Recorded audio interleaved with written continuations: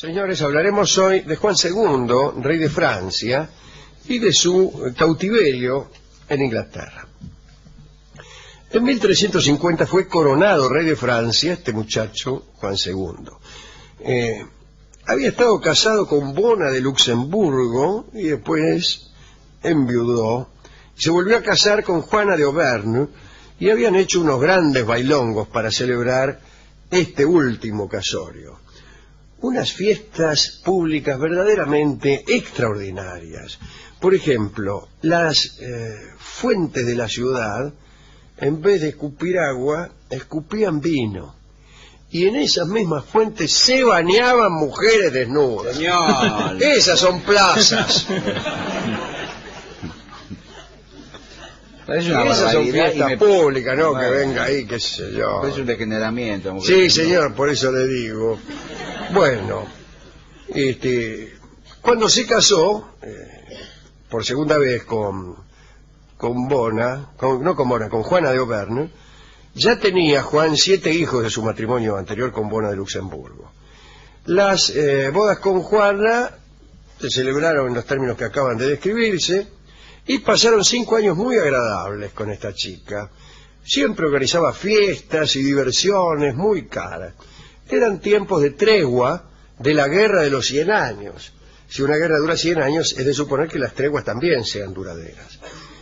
Juan II se divertía, mientras tanto el rey de Inglaterra iba organizando sus ejércitos. El cuento de la cigarra y la hormiga. En 1355 volvió a empezar la guerra entre Francia e Inglaterra. Y los soldados de Juan estaban en la meseta de Montpertois, algunos kilómetros de Poitiers, y se encontraron con los soldados ingleses del rey Eduardo III. El combate fue muy violento y ciertamente desastroso para Francia. Murieron 6.000 franceses, 500 huyeron, y el rey Juan quedó solo en la batalla, en medio de una enorme confusión. Su hijo Felipe, de 14 años, le avisaba de dónde venían los peligros. Guarda atrás, guarda que viene uno del otro lado y así. Y Juan, a pura espada, con golpes precisos, iba liquidando a sus atacantes. Esta heroica resistencia no tenía otra utilidad que la de salvar el honor. Era una cosa importante en aquellos años. Finalmente, un enemigo gritó: «¡Rendíos o sois muerto!». Y Juan II, que había sido herido en la cara, preguntó entonces dónde estaba su primo, el príncipe de Gales. El príncipe de Gales es el sucesor del trono de Inglaterra. Es decir, preguntó por un enemigo, que era casualmente primo suyo. En aquellos tiempos era muy frecuente que se cruzaran las familias reinantes en distintos países. Le respondieron, los enemigos también: «Señor, rendíos a mí y os conduciré a su presencia. Soy Denis de Mordec, caballero de Artois, y sirvo a Inglaterra». Se topó con un enemigo francés que estaba luchando por Inglaterra.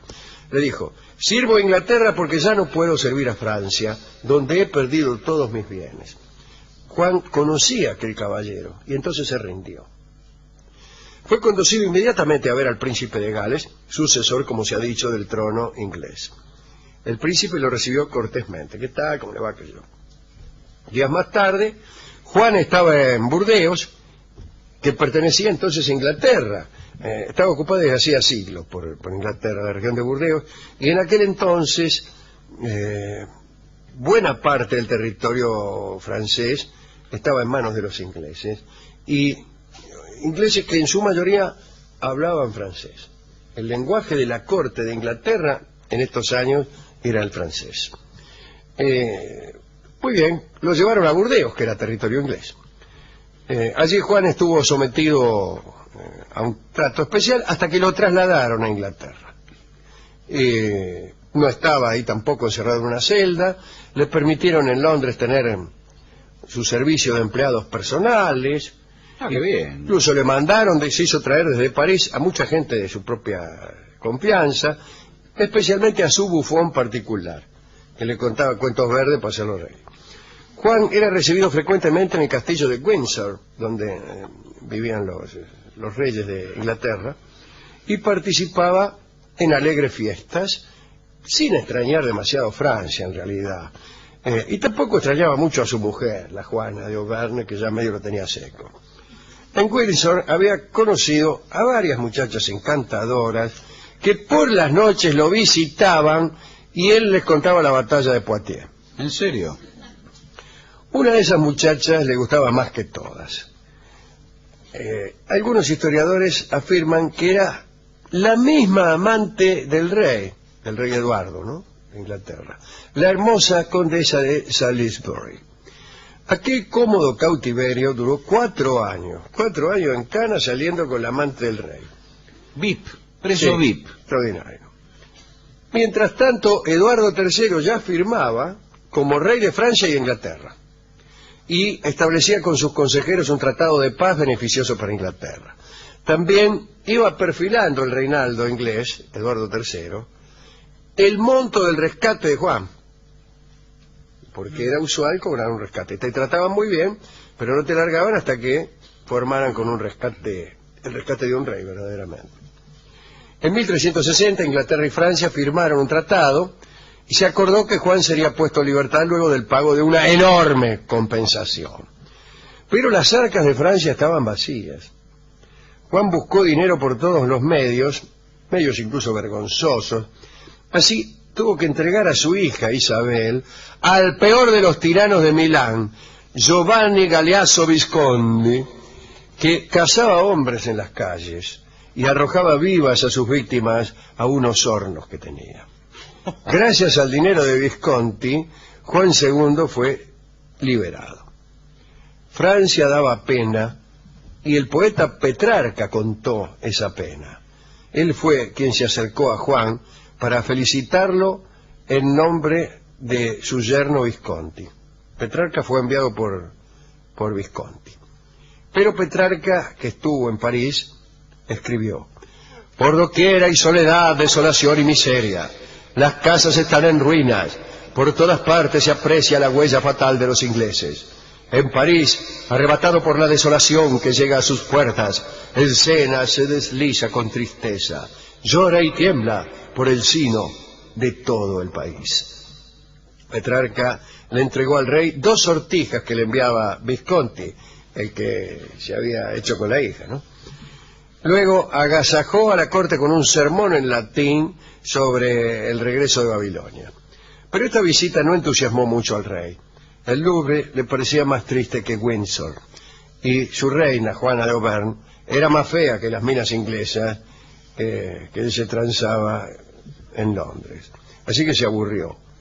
Tenía tal melancolía que la reina Juana le preguntó un día por qué andaba metasuspiro. El rey le respondió que sus suspiros eran porque extrañaba los aires de Inglaterra. La pobre reina, que tanto había sufrido la ausencia de su esposo, entró en una profunda tristeza y murió de pena pocos meses después. Mitad para jorobarlo al tipo. Juan II, para ver si se le pasaba la melancolía, decidió realizar un viaje por Provenza, al sur de Francia, ¿no? En Aviñón hizo un proyecto de matrimonio con Juana de Nápoles, pero renunció a ellos al enterarse de que esta chica había hecho ahogar a su anterior marido entre 2 colchones. Un sándwich eso. Sí, pensando que yo dormía en cama de 2 colchones, empieza una canción popular argentina. Por fin, Juan regresó a París, siempre soñando con Windsor. En medio de sus sueños tuvo suerte. El hijo del rey de Inglaterra había caído prisionero en Calais y se había escapado. Los ingleses lo buscaban frenéticamente. No, el hijo de él. Entonces, Ajá. el hijo de él cayó prisionero de los ingleses y se escapó. Los ingleses lo buscaban y Juan aprovechó esta situación. Declaró que para salvar a su hijo no podía hacer más que constituirse él mismo como prisionero y clausurar la persecución de su hijo. Entonces llegó a Londres con el corazón lleno de alegría, imagínate vos. El 10 de enero de 1364, ¿y con quién se encontró? Con la condesita de Salisbury. Y ahí, ¿para qué le voy a contar? Pasó un invierno muy feliz, pero se murió Ah, qué feo. en abril de 1364. Le duró muy poco. Llegó mal para el verano. Según el cronista, no pudo disfrutar de la inglesita más que 3 meses. Pero bueno, ¿qué cree? Juan consiguió engañar a unos cuantos historiadores. Si bien algunos cronistas lo acusan de haber vuelto a Inglaterra para encontrarse con su amante, la historia oficial y muchos manuales dicen que él era un rey que decidió perder su libertad para salvar su honor. Así que está bien, ¿no? A mí qué me importa, el asunto es que se presentó ahí, la cara que murió, ¿no? Eso.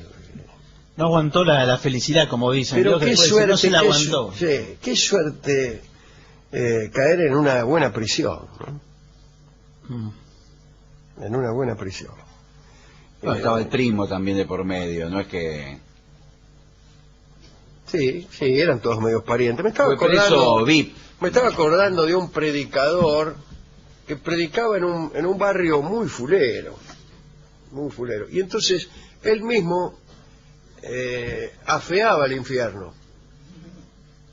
Porque dice que el barrio donde él predicaba era tan fulero que describía el infierno y a los vecinos les parecía un cacho mejor. Y entonces pecaban. Entonces él le agregaba cosas para que tuvieran un poco de miedo, Para ¿no? superar un poco la realidad.